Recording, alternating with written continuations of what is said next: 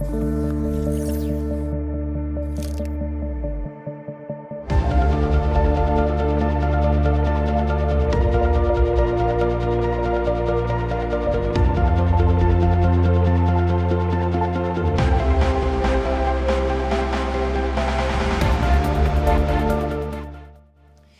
à tous, bienvenue à Futurapolis Santé. Pour cette deuxième journée, nous allons commencer par un sujet majeur, celui des maladies rares.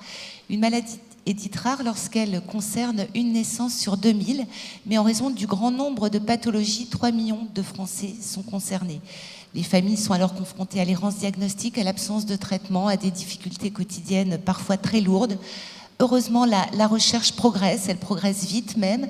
Et donc, pour aborder tous ces sujets, je vous propose donc d'accueillir Monsieur Franck Cousseran, sous vos applaudissements, le professeur Yves Dauvilliers.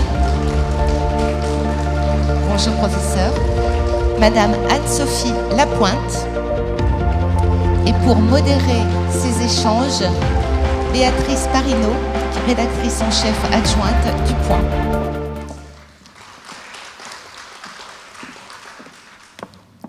Donc Béatrice, je vais effectivement vous laisser modérer ces échanges autour d'un sujet difficile, qui est celui des maladies rares, mais dont on parle quand même de plus en plus, et la recherche progresse.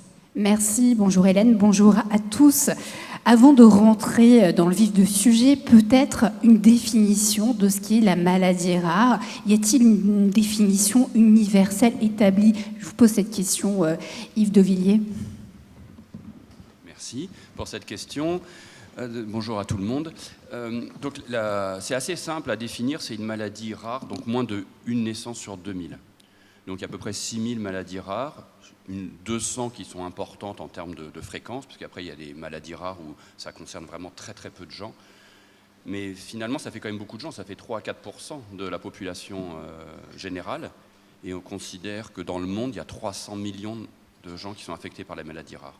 Donc c'est à la fois rare, mais ça devient fréquent, tellement elles sont nombreuses, et associées les unes avec les autres, ça fait des maladies pas fréquentes, mais l'ensemble touche beaucoup la population finalement. Et c'est très stigmatisant, c'est ça qu'il faut vraiment noter, c'est que pour eux c'est rare, donc les gens ne la connaissent pas, mais en fait ils s'assemblent entre eux parce que les gens se reconnaissent parce qu'ils ont des maladies rares les uns les autres. Est-ce que ça a du sens d'un point de vue de la recherche scientifique d'en faire un groupe commun? Parce que vous dites qu'il y a 6000 maladies aujourd'hui rares, mais voilà, d'en faire toute une grande famille. Alors je pense que la réponse du gouvernement, Anne-Sophie en parlera mieux que moi, mais je pense que c'est effectivement un atout majeur pour éviter la stigmatisation, ralentir le délai au diagnostic et permettre, je pense que c'est un point important, la porte d'entrée dans ces maladies est souvent un symptôme fréquent. Moi je suis spécialiste de la narcolepsie, c'est la cause la plus fréquente de la somnolence. Et quand les gens sont très somnolents, les somnolences les plus sévères en population générale, c'est souvent la narcolepsie. Donc on peut investiguer un symptôme fréquent, et ce n'est pas écrit sur le front des gens qu'ils ont une maladie rare. Donc le point d'appel est souvent un symptôme fréquent. Et après, quand on regarde la cause d'un symptôme fréquent, on peut diagnostiquer une maladie rare. Et l'intérêt de la recherche et de grouper ces maladies, c'est que finalement, en connaissant mieux la cause de maladies rares, on peut aider après la population générale à mieux gérer le symptôme fréquent, comme la somnolence en est un exemple. On va y revenir. Anne-Sophie, face finalement à la diffusion des maladies rares dans la population générale, quelle est la réponse de la force publique? Parce que, vous l'avez souligné, il y a de l'errance, il y a beaucoup de questionnements de la part de patients qui ne savent pas ce qu'ils ont, leurs médecins généralistes ne savent pas toujours répondre. Comment vous êtes structuré? Vous, je le rappelle, vous avez été longtemps membre d'associations, de familles aidantes dans les maladies rares, et aujourd'hui vous travaillez auprès du ministère de la Santé. Comment tout ça est structuré? En fait, on ne va pas pouvoir se structurer si on ne s'allie pas. Donc déjà, c'est la réalité des maladies rares, c'est la logique d'une communauté qui est extrêmement soudée entre le soin, la recherche, mais aussi les politiques publiques. Et en fait, la politique publique, elle est composée de tous ces acteurs. Donc, on a besoin, face à la complexité des maladies rares, de se structurer. Et c'est quelque chose qui a mis du temps. Ça a été, je dirais, suite au mouvement VIH. On a eu ensuite une structuration du mouvement maladies rares dans les années 90, avec les associations de patients, mais aussi à l'époque Simone Veil, qui avait impulsé cette réflexion sur les maladies rares. C'est parti aussi des traitements, parce que beaucoup de maladies rares n'ont pas de médicaments, et il y a eu besoin de faire un règlement européen. Donc c'est un peu parti de l'Europe aussi, la structuration politique nationale des maladies rares, force avec l'implication des associations. Donc on s'est structuré en écoutant ce que voulaient les associations.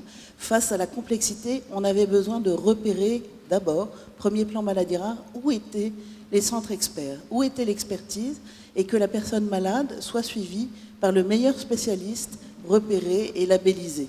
Donc ça, c'était extrêmement important d'avoir cette structuration. Dans le deuxième plan maladies rares, on a eu une coordination pour pouvoir vraiment travailler sur le territoire national ensemble. Et je pense que l'enjeu de notre troisième plan maladies rares, qui est l'enjeu actuel, est autour de la donnée de santé, que ce soit dans le soin et que ce soit dans la recherche. Mais pour ça, c'est tous ensemble. Et peut-être plus concrètement, aujourd'hui sur le territoire français, Oui. comment ça se passe qui prend en charge, qui diagnostique une maladie rare Parce qu'on a l'exemple ici de la narcolepsie, qui est une maladie rare, mais assez diffuse, on y reviendra. Mais voilà, comment Alors, ça se passe il y a un parcours du diagnostic qui peut être complexe, parce que beaucoup de nos maladies rares ne sont pas connues. En revanche, ce qu'on essaye de faire passer, et les études de médecine, les étudiants de médecine ont depuis l'année dernière un module maladies rares obligatoire dans le cursus normal, qui ne va pas leur expliquer les 6 000 à 8 000 maladies rares. Ce module va leur expliquer où je dois m'adresser. Quelle est la structuration de notre filière maladies rares en France? Donc on a, je dirais, des structures avec des généticiens dans des centres. On a des filières maladies rares regroupées par organes, une filière maladies rares du cœur, filière maladies rares du foie. Donc on doit faire connaître, donner toujours plus de visibilité à ce qui existe. Donc l'idée, c'est de pouvoir être référé à un hôpital, je dirais, pour pouvoir faire le parcours du diagnostic, pouvoir être ensuite orienté vers les centres de référence qui ont été labellisés dans la pathologie de la maladie rare.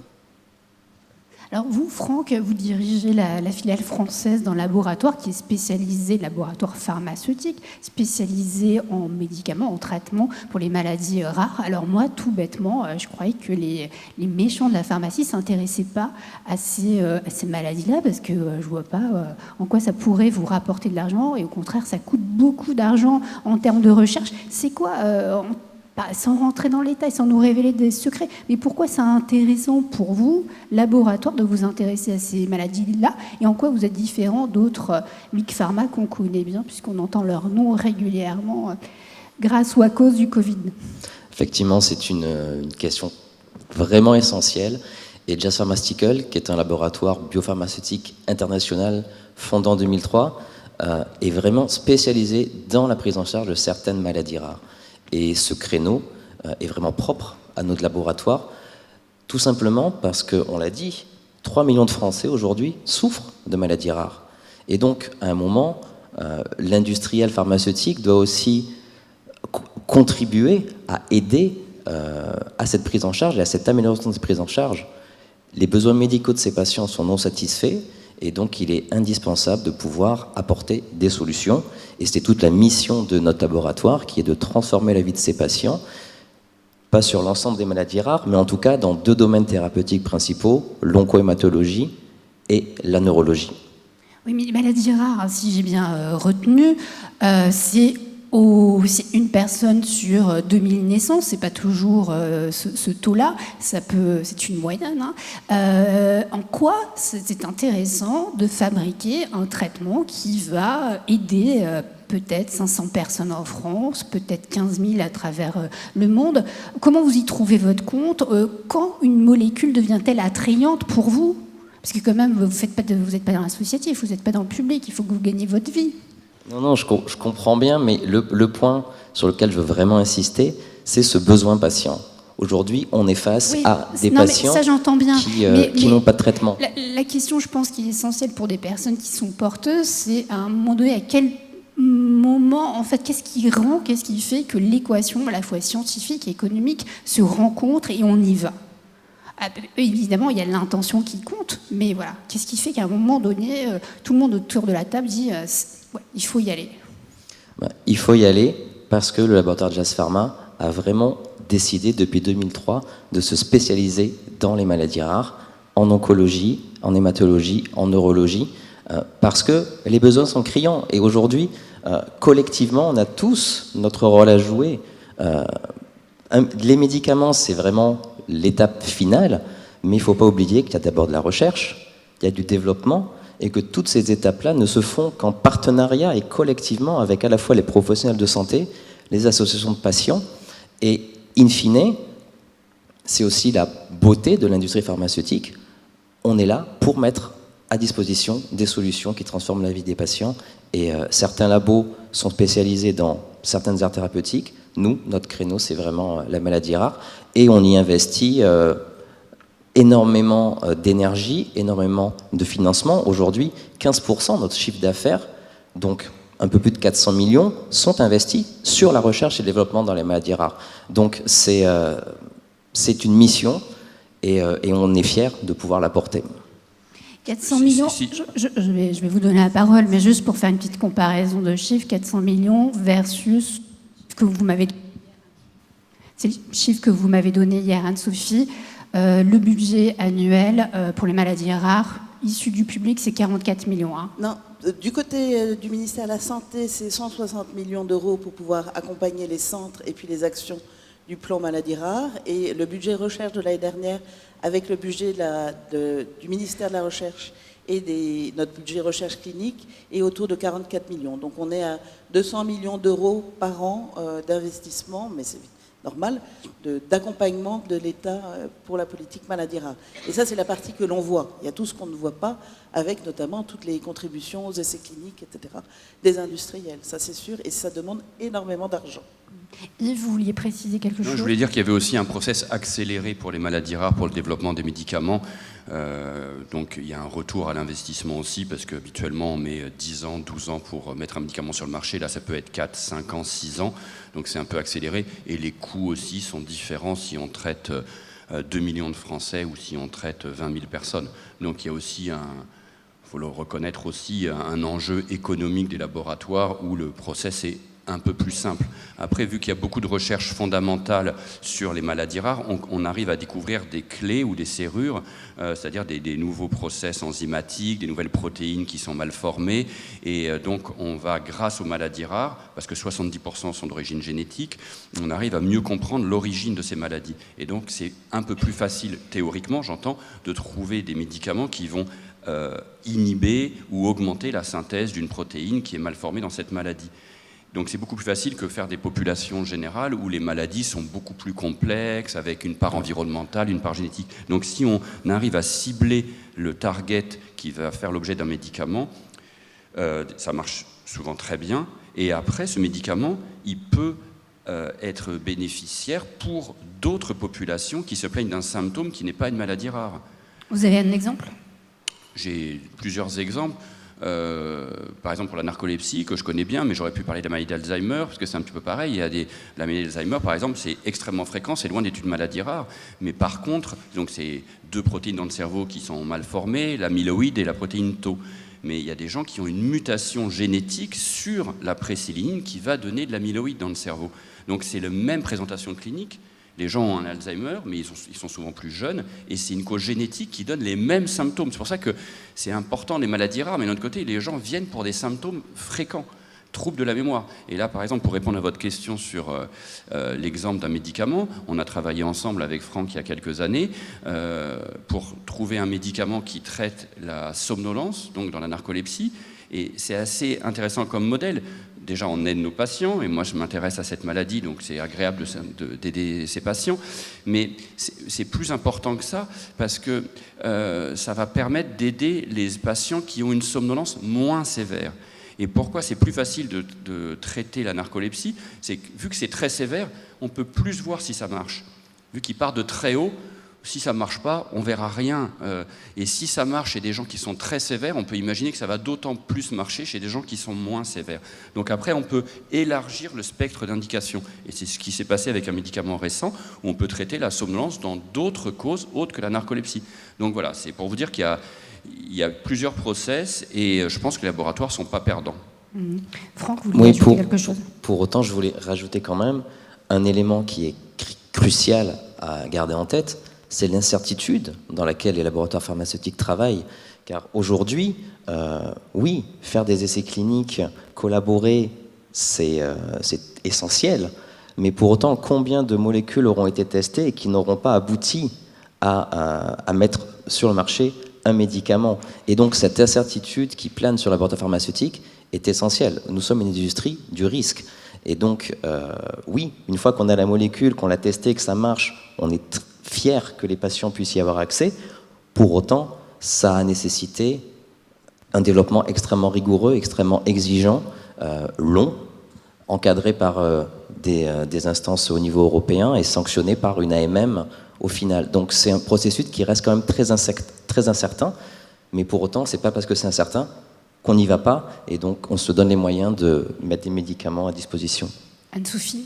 Oui, moi c'est juste une petite minute historique dans le sens où c'est un écosystème et en fait la chose politique va aider cet écosystème. L'idée c'est d'avoir des gagnants-gagnants partout, le patient parce qu'il a un traitement et l'industriel parce qu'il s'y retrouve, le médecin parce qu'il a réussi à traiter son patient. Et donc simplement une petite histoire, c'est que j'ai parlé tout à l'heure du règlement européen qui est fondamental, mais l'histoire elle va plus loin. C'était en 83 aux États-Unis une association de patients qui s'était battue pour faire l'Orphan Drug Act. Et en fait, on a vu le dynamisme et l'écosystème que ça allait développer autour de la biotech et des nouveaux traitements, 83 aux États-Unis. Et on a eu de cesse après en Europe d'avoir le même règlement, et c'est arrivé 16 ans après, et c'était fondamental pour que chacun puisse s'y retrouver. Donc il y a aussi un contexte politique qui est important, et l'Europe nous aide pour ça, et c'est essentiel de travailler avec cet écosystème. On n'est pas du tout au niveau de la France pour les maladies rares, on travaille avec le monde. Franck? Oui, et je voulais justement rebondir sur l'écosystème français, car lorsque quelque chose fonctionne en France, c'est bien de le dire. Aujourd'hui, grâce aux différents plans maladies rares, on a pu structurer la filière avec des centres d'expertise, des centres d'excellence. Yves dirige celui de Montpellier pour tout ce qui est narcolepsie et hypersomnie.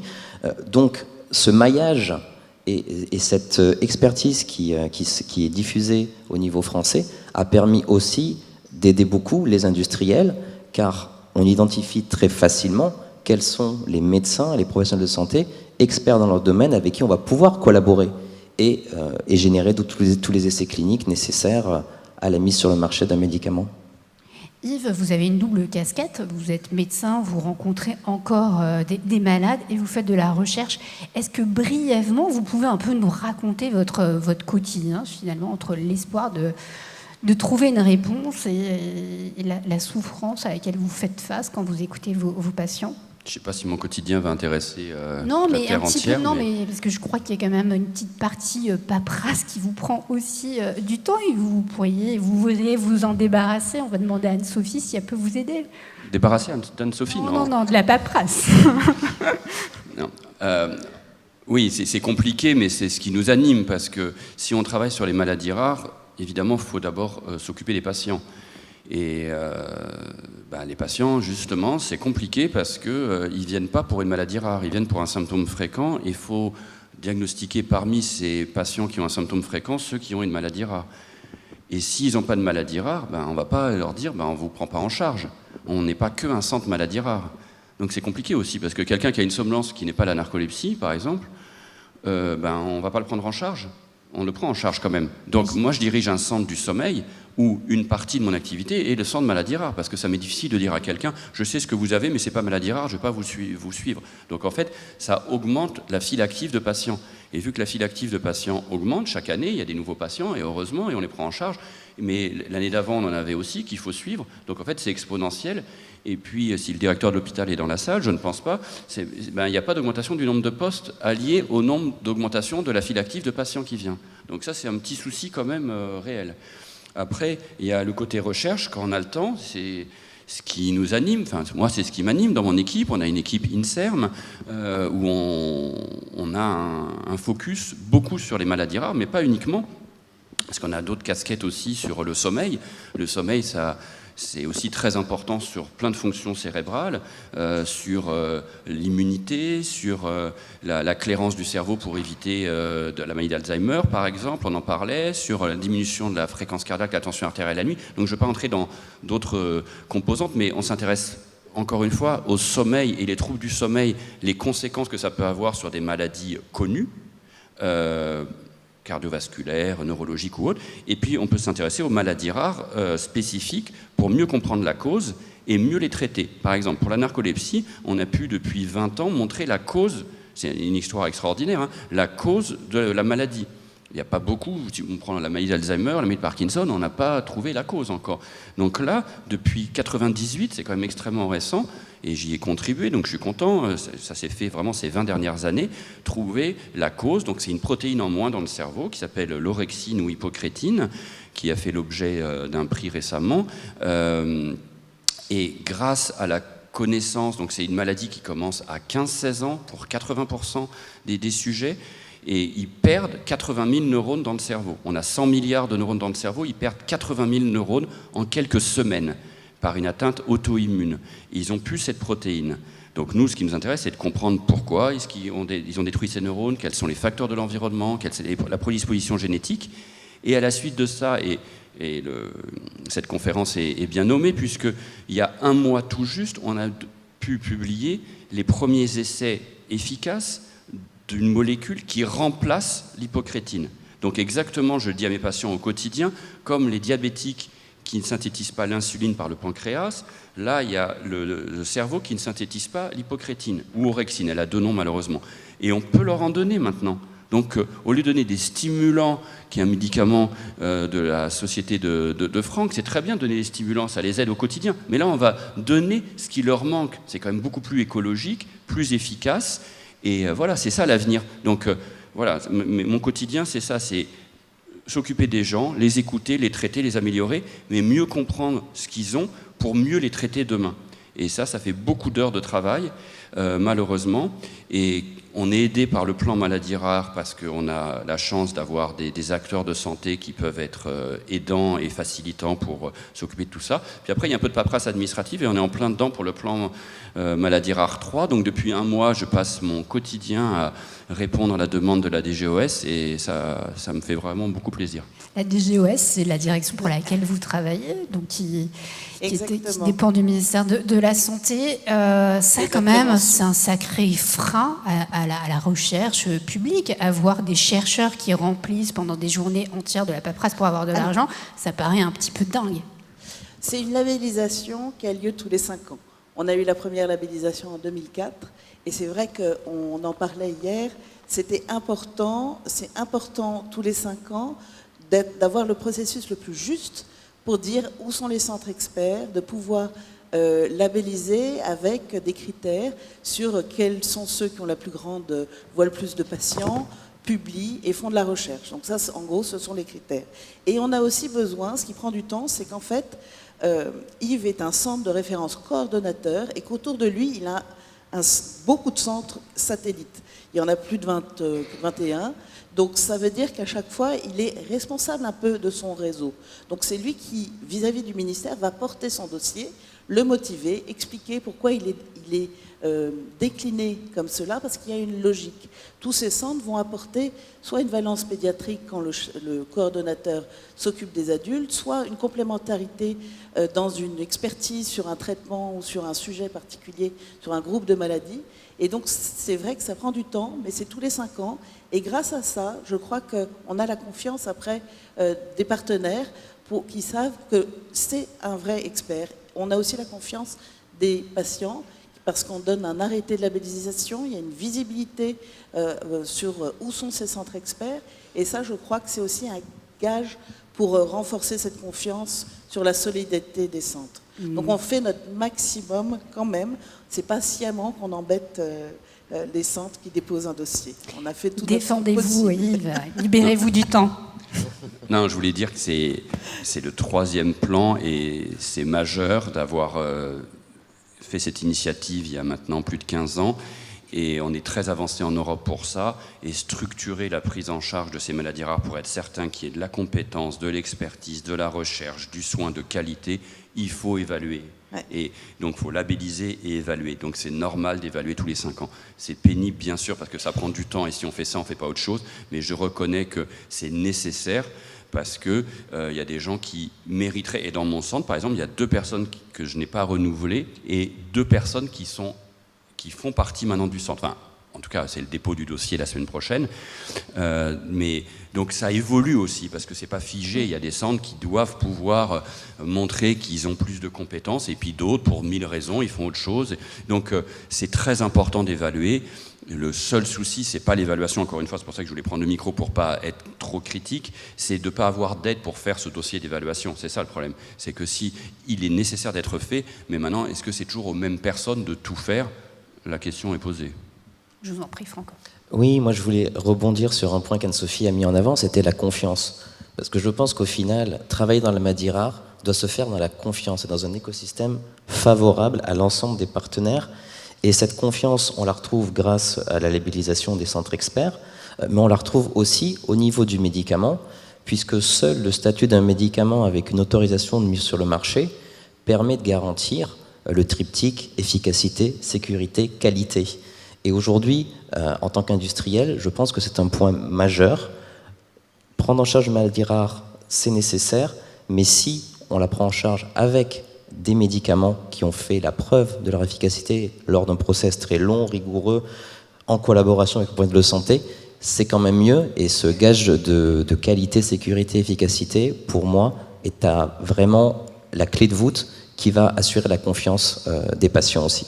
Mais est-ce qu'on pourrait aller plus vite entre le moment où il y a une découverte qui se fait dans le laboratoire de d'Yves et vous qui arrivez à mettre sur le marché un traitement, est-ce qu'on pourrait aller plus vite ? Alors clairement, c'est l'objectif de tous les acteurs. Tous les acteurs aujourd'hui veulent aller vite.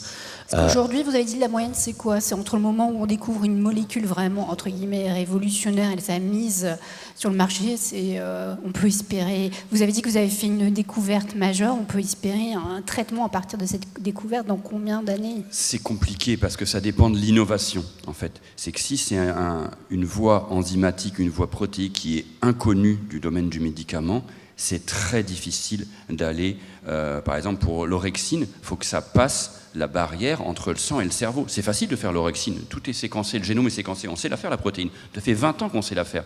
Mais si vous prenez la protéine, elle est dégradée dans l'estomac. Si vous empêchez qu'elle soit dégradée dans l'estomac, c'est possible ça, c'est facile à faire. Après, il faut qu'elle aille dans le sang, okay. Après, il faut qu'elle monte au cerveau. Et là, il faut qu'elle soit petite, il faut qu'il y ait un transport actif. Donc tout ça, c'est compliqué. Donc on n'a pas donné d'orexine, on stimule des récepteurs de l'orexine. On fait un ligand, je ne vais pas rentrer trop dans le détail, mais... Et ça prend 10 ans. Maintenant, si c'est changer, par exemple, une molécule qui est efficace, mais on l'adapte, on la modifie, voilà, c'est une petite transformation qui peut être énorme en termes de bénéfices pour le patient, mais c'est une petite transformation, là, ça peut être 4-5 ans. Et c'est ça qu'on voudrait accélérer, c'est des améliorations de l'existant. Alors que quand on part de zéro, c'est très compliqué. Nous, on a trouvé l'orexine, encore une fois, en 98-2000, et on a réussi à faire des antagonistes, exactement l'opposé de ce qu'on voulait, c'est traiter l'insomnie, améliorer le sommeil des gens pour qu'ils dorment mieux, alors que pour le narcoleptique, on veut au contraire l'éveiller. Eh ben, nous, on a trouvé l'orexine dans la narcolepsie, et en fait, les laboratoires ont réussi d'abord à faire des antagonistes de l'orexine pour traiter l'insomnie, alors que nous, on voulait traiter, au contraire, la somnolence. Et maintenant, on arrive à traiter 5 ans après, 6 ans après. Donc c'est pour ça qu'on trouve un target, donc une cible, mais en fait, comment aller dessus, c'est très compliqué, mais parfois c'est plus rapide, et c'est pas ce qu'on pensait. C'est ça qui est bien dans la recherche, c'est que quand on a trouvé cette cible, on voulait traiter la narcolepsie, et on a traité d'abord les insomniaques avec la cible de la narcolepsie. C'est quand même étonnant. Et d'un point de vue industriel, est-ce que... Et d'un point de vue industriel, comme je l'ai dit, bien entendu, on va tout faire pour accélérer les développements. Mais je tiens à souligner quand même qu'en France, on dispose d'un magnifique système qui permet aux patients en urgence thérapeutique d'avoir accès aux médicaments avant leur autorisation de mise sur le marché. Et ça, c'est quand même un système, c'est accès précoce, accès compassionnel. c'est magnifique parce que en France, on permet à des patients qui peuvent avoir des maladies rares d'avoir accès à des médicaments pour lesquels le faisceau de preuve d'efficacité est suffisant, et donc on leur permet d'avoir accès bien avant l'autorisation de mise sur le marché, et on peut gagner 1 an, 2 ans pour que les patients bénéficient de l'innovation. Et ça, c'est un système qui est quand même extraordinaire. Anne-Sophie, j'ai une dernière question avant de laisser la parole au public. On parle de maladies rares. Vous m'avez donné un chiffre approximatif, parce que finalement, on ne peut être que approximatif. Mais est-ce que ça vous est déjà arrivé, ça vous arrive d'avoir face à vous des personnes qui ont une maladie rare, mais du coup, entre guillemets, qu'on vient de découvrir, qui n'auraient même pas un nom? Ah ben oui. Oui. On a donc un plan national maladie rare. C'est entre guillemets peut-être le mais c'est pire, le lot quotidien de beaucoup de centres maladies rares où on a des personnes qui sont en impasse de diagnostic, c'est-à-dire on voit les signes cliniques, mais on n'a pas encore un nom sur leur maladie. Et donc en France, on a un plan France Médecine Génomique également, avec des plateformes génomiques pour pouvoir aller pousser ce diagnostic plus loin avec ce qu'on appelle du séquençage de débit, où on va vraiment séquencer tout l'ADN pour façon à pouvoir voir si on ne va pas découvrir une maladie. Souvent, je vois dans la déficience intellectuelle, on découvre des maladies vraiment ultra rares. On est sur des cohortes toutes petites. Donc, on doit s'articuler complètement. Et c'est là où je disais qu'il y avait une révolution de la data dans ce 3e plan maladie rare. Données. Parce que derrière, on est dans la donnée de santé. Et je voudrais juste, avant qu'on finisse, dans cette donnée de santé, on n'en a pas parlé, mais ce qui est très important, et ça va être le suivi en vie réelle des médicaments, ça va être tout ce que le patient va pouvoir lui-même remonter par rapport aux effets et aux bénéfices du médicament.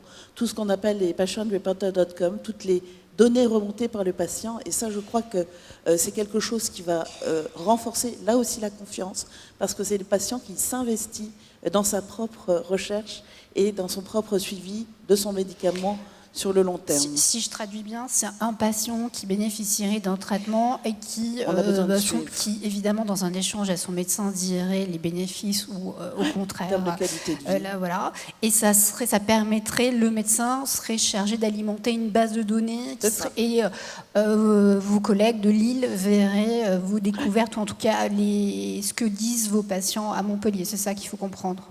Oui, je pense que c'est très important ce que dit Anne-Sophie, parce que vu que c'est des gens ont une maladie rare, il faut qu'ils s'impliquent, et on essaie dans les centres de référence de les mettre acteurs de leur maladie et de pas seulement subir, de dire j'ai une maladie, je prends ce traitement et j'oublie que je suis malade, j'essaie d'oublier que je suis malade parce que je prends ce traitement. C'est mieux la comprendre, et donc il y a des registres où on leur demande, on leur pose X questions, ils viennent régulièrement à l'hôpital pour voir le suivi, et donc on leur demande dans quelle mesure la qualité de vie est améliorée, et avec des médicaments qui font l'objet d'AMM, mais d'autres aussi médicaments en cours d'essai qui n'ont pas encore d'autorisation de mise sur le marché. Et par exemple, on a beaucoup parlé de la narcolepsie, mais c'est celle qui est mise en lumière, parce que dans mon centre, il y a beaucoup d'autres maladies de somnolence extrêmement sévères, l'hypersomnie idiopathique, syndrome de Klein-Levin, je ne vais pas toutes les nommer, et il n'y a aucun médicament autorisé par le législateur.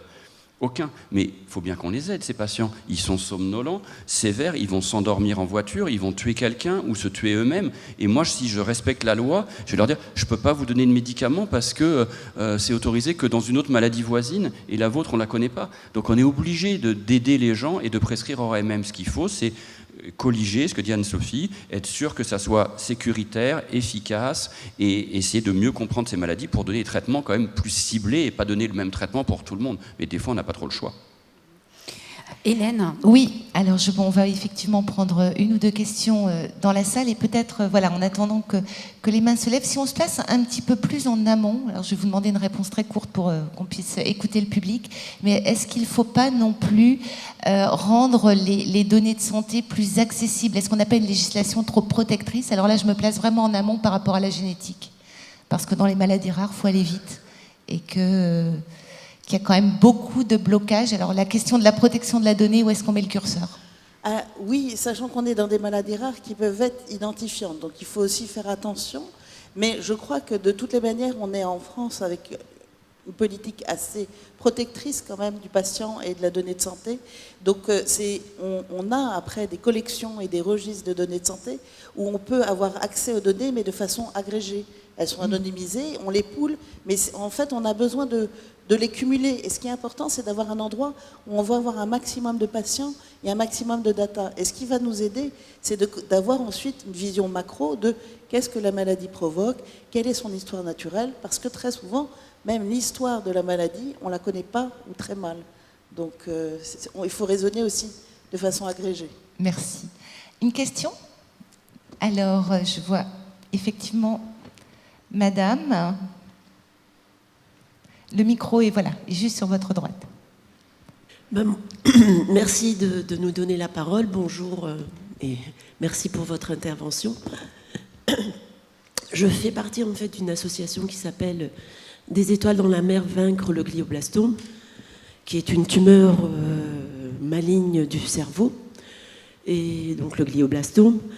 Et ma question en fait concerne, c'est considéré comme une maladie rare. Donc ma question en fait a 2 niveaux. Le premier niveau concerne les essais cliniques, parce que souvent les personnes atteintes de cette maladie ou les aidants peuvent, il y a plusieurs associations qui existent en France, il n'y a pas que la nôtre, mais souvent ont des questions précises sur les essais cliniques qui existent partout en France, parce que quelquefois l'équipe qui les prend en charge ne sait pas forcément ce qui se fait dans telle ou telle région, et que si cette équipe, ils peuvent le savoir, je vous vois hocher la tête, mais concrètement, ce que je vous dis là, c'est du vécu, c'est pas de la théorie. Donc quand un patient ou quelqu'un de sa famille nous dit, depuis 30 ans, on a les mêmes chimiothérapies, depuis 30 ans, on nous propose les mêmes thérapeutiques, et si on veut savoir ce qu'il existe comme essai clinique et si on peut y être inclus, ou avoir on va dire une plateforme pour accéder à cette information-là. Parce que le temps est compté pour ces personnes. Et les aidants ont beaucoup de choses à faire pour leurs proches et n'ont pas forcément le temps de chercher l'information. Donc, et le deuxième niveau, c'est comment vous, laboratoire, puisque vous avez ciblé l'onco-hématologie et la neurologie, comment vous choisissez en fait au sein de ces 2 items vos travaux? Merci beaucoup. Merci Madame. Je peux essayer de répondre pour la première partie et Franck répondra pour la deuxième. Pour la première partie, si je prends l'exemple de mon centre, on essaie parce que tout est organisé en filière de soins. Nous, c'est la filière Brain Team pour la filière du cerveau, et donc les tumeurs cérébrales rares en font partie.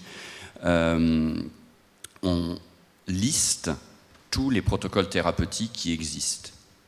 Et l'association de patients, dont vous êtes responsable, est en général au courant de l'existence de ces protocoles thérapeutiques. Ça ne veut pas dire qu'ils vont être déployés dans tous les centres de référence et de compétences labellisés. Pour ma part, souvent c'est dans 2 ou 3 centres, parce que c'est très compliqué et on peut pas, il n'y a pas la logistique et pas toujours les moyens nécessaires pour le faire dans tous les centres, mais au moins l'information existe. Donc les patients peuvent voyager dans une autre ville pour participer à l'essai. Donc normalement l'information elle doit être transparente, et dès qu'il y a un protocole thérapeutique, il doit être listé sur la filière de soins Brain Team pour ne pas la nommer, et l'association de patients doit être au courant. Comme ça, les adhérents à l'association sont au courant.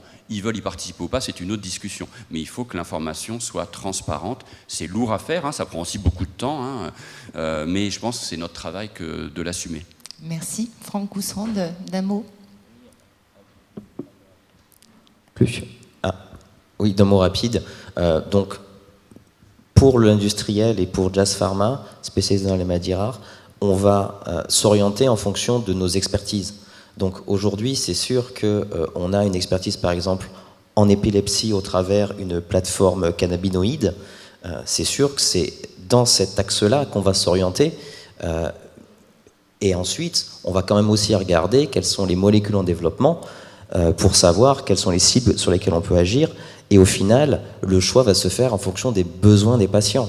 C'est là réellement où le besoin est le plus critique qu'on va mettre nos forces et notre énergie en premier. Merci beaucoup. Alors, je sais qu'il y avait d'autres questions, mais vous pourrez continuer d'échanger avec nos invités au niveau de la galerie. Et là, vous découvrirez également de nombreuses animations de nos partenaires. Un immense merci, Merci à vous. On vous applaudit très fort. Merci beaucoup, Béatrice. C'était passionnant. Et on se retrouve dans quelques minutes pour une nouvelle conférence aux origines de l'autisme. Merci beaucoup.